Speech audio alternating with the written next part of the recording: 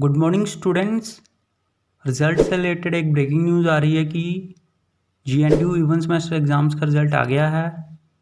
तो जिन जिन क्लासेस का रिज़ल्ट आया है वो हैं bachelor of vocation nutrition and diet planning second semester, fourth semester, six semester, bachelor of vocation photography and journalism fourth semester, six semester, bachelor of vocation product design management and entrepreneurship second semester, fourth semester, six semester.